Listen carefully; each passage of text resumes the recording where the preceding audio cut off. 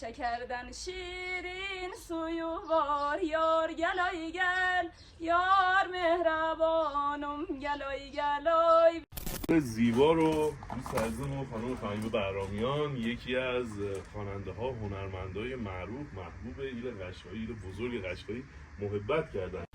فرهنگی هنری ایل بزرگ قشقایی از شهر شیراز کشور ایران، خیلی خوش اومدین، زحمت کشیدین، قدم رنجه کردین.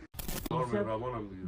گلای چی میشه؟ یار مهربانم گلای گل یعنی یار مهربانم بیا بیا بیر شیرین زبانم گلای گل یعنی برای مردم غریب شرکت محیدین توصیه میتیم این رقماشون معلومات زنگ بزنیم برای گذشتنی سرحد، یعنی برای گذشتنی گرانیتسا. و چی مشکلی دارین البته که تجربه کلان دارن، مشکلاتون هم حل میکنن. مسئله دیلا و دفتراتون مسئله می دکمنتاتون. شرکت محیدین در خدمت شما این معلومات زنگشون بزنید. خدا نگهبانتون مردم غریب. سلام دوستای عزیز، در خانه‌مون جای خوبمون نه از خوب خواستیم که یک بانوی شیرین صدا، یک بانویی که ناتکرار بگیم در اینستاگرام و در دیگر سایت ها هستن شناس میشین. السلام علیکم تماشابینای ما، یک خودتون شناس میکردید.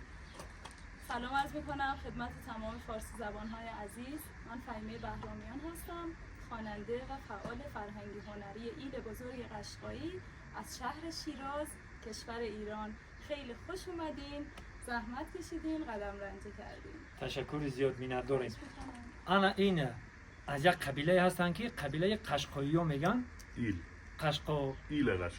ایل قشقایی ها، یعنی که من پرسپوز کردم که چی معنا را داره. خون اسب قشقه میگیم کو همون قشقه خودمون هم قشقایی ها، یعنی یا اساسا از همون قبیله هستن که همون سالهای قدیم کوجمانچی میگفتیم. چی میگفتیم؟ کوجمانچی ها میگفتن در کتاب اومده.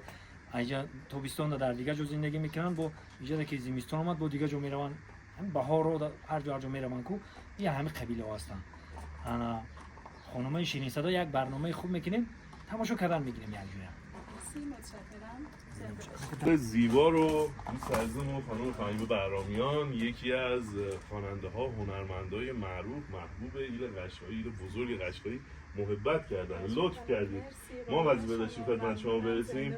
زنده باشید. لطف کردن تشریف آوردن اینجا و ما نشستیم داریم صحبت میکنیم، کلی اطلاعات از ایشون گرفتیم، کلی چیزای جدید یاد گرفتیم و حالا میذاریم از هنرشون هم قول دادن به ما که اجرا کنن، ما استفاده کنیم از هنر زیباشون، از صدای زیباشون و راجع به این لباس زیبا خاص فرهنگش ازشون سوال بپرسیم و ایشون هم انشالله به ما توضیحات رو بدن. یه راجع به لباساتون میفرمایید، خیلی بسیار زیباست. اول سلام عرض کنم خدمت همه دوستان عزیز و فالوورای محترم، مردم عزیز ایران. خیلی خوش اومدین، تشریف آوردین شیراز، قدم رنجه کردین. من فهیمه بهرامیان هستم، خواننده و فعال فرهنگی هنری ایل بزرگ قشقایی از شهر شیراز در خدمتون هستم. این لباس زیبا هم که تن من میبینید لباس ترکی قشقایی هست که اجزاش هم میشه تومون یا همون پیرن یا کوینک، حالا هم فارسیش میگن پیراهن و ترکیش هم میگن کوینک.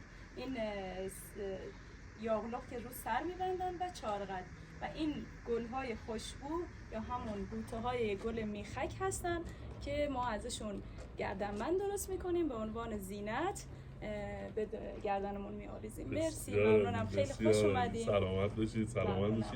واقعا ما به این قوم اصیل افتخار میکنیم.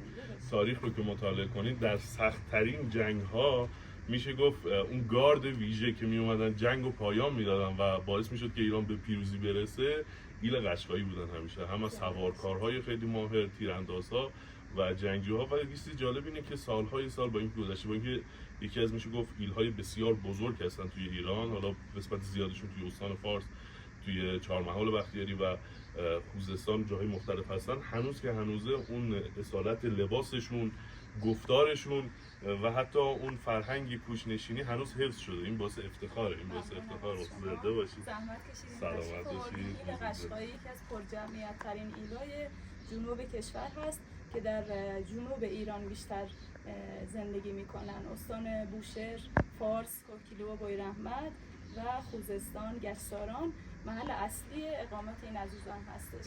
ممنونم از شما. خانم سراینده هستن نگم سرود کم آره سرایم یه قطع کنیم قشنگ بشینیم یه دونه قشنگ بگیم.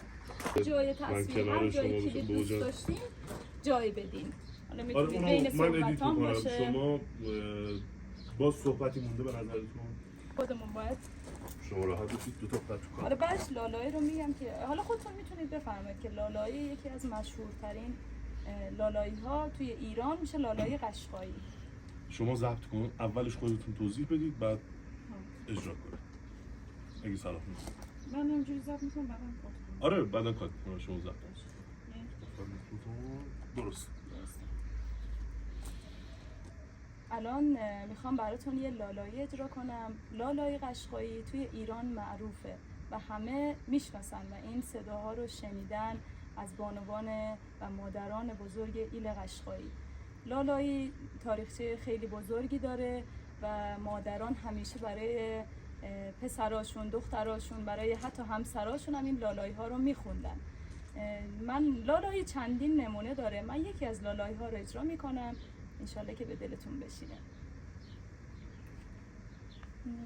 لا لا لا لا لا لا لا لا لا لا لا لا لا لا نازم لالا gözüm لالا lalay lalay lalay lalay lalay lalay lalay lalay ay aziz oğlum lala lalay ay giran oğlum lala lalay. به زنده باش. آفرین آفرین. Yedim gördüm su dolurur yar gel ay gel. Su yerine dur dolurur yar gel ay gel. Yar mehrabanım gel ay gel ay bir şirin zabanım gel ay gel. Yar mehrabanım gel ay gel ay yaram canım gel ay gel. بیابانا bir boyu var yar gel ay gel. Şekerden şirin suyu var yar gel ay gel. Yar mehrabanım gel ay gel ay bir şirin zabanım gel ay gel. Yar mehrabanım gel ay gel ay yaram canım. یار مهربانم با زبان فارسی چی میشه؟ تاجیکی ایجاش یار مهربانم دیگه. گلای چی میشه؟ یار مهربانم گلای گل یعنی یار مهربانم بیا بیا bir şirin زبانم گلای گل یعنی شیرین زبانم برش یک میشه. بیا بیا بر یک میشه. یار مهربانم بیا بیا شیرین زبانم بیا بیا. همون میشه فارسیش. آره درست است سربرم باش. تشکر. آوازتون خسته نباشه. ممنونم. زنده باشین. زنده باشین. خوش اومدین.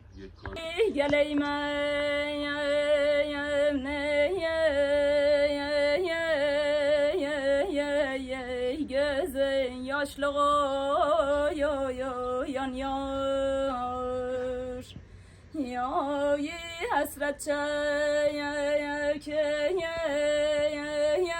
çekip sohbetinden doyam yar hasret çekip sohbetinden doyam yar.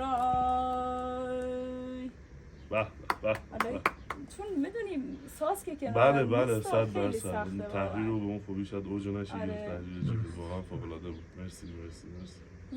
ay dedim gözün dedin bakma ay dedim gözün dedin bakma dedim ellem dedin korkma ay aman aman sana kurban قشنگ ceyran ay la la la la la la la la la la la la la la la la nazım la la gözüm la la la la la la la la la la la la la la la la ay قشنگ زم la la la la های iki gözüm nenem lalay. ای سلامت باش تشکر. خیلی لذت می‌برم.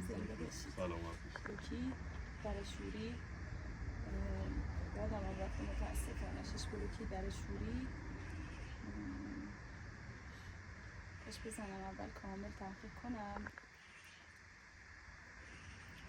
ایل قشقایی شامل 5 طایفه بزرگ هست که این عزیزان بیشتر در جنوب کشور ایران ساکن هستند. همون شهرهای بوشهر، استان فارس، کوکیلو، بویراحمد و گچساران یا همون خوزستان بیشترین جایی هست که اینا ساکن هستند.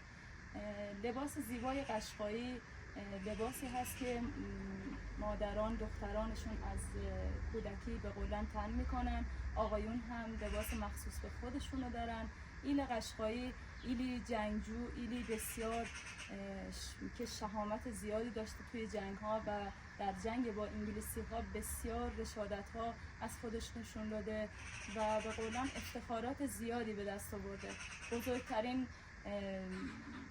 بزرگان ایل قشقایی همون میشن معزون، میشن جهانگیر خان قشقایی، صولت الدوله قشقایی که یکی از بزرگترین قولن جنگجوهای اون زمان بوده و استاد بهمن بیگی معلم اشاعره کل ایران که همه میشناسینش و باعث افتخار ایل قشقایی هستش. زنده باشی. اینم یکی که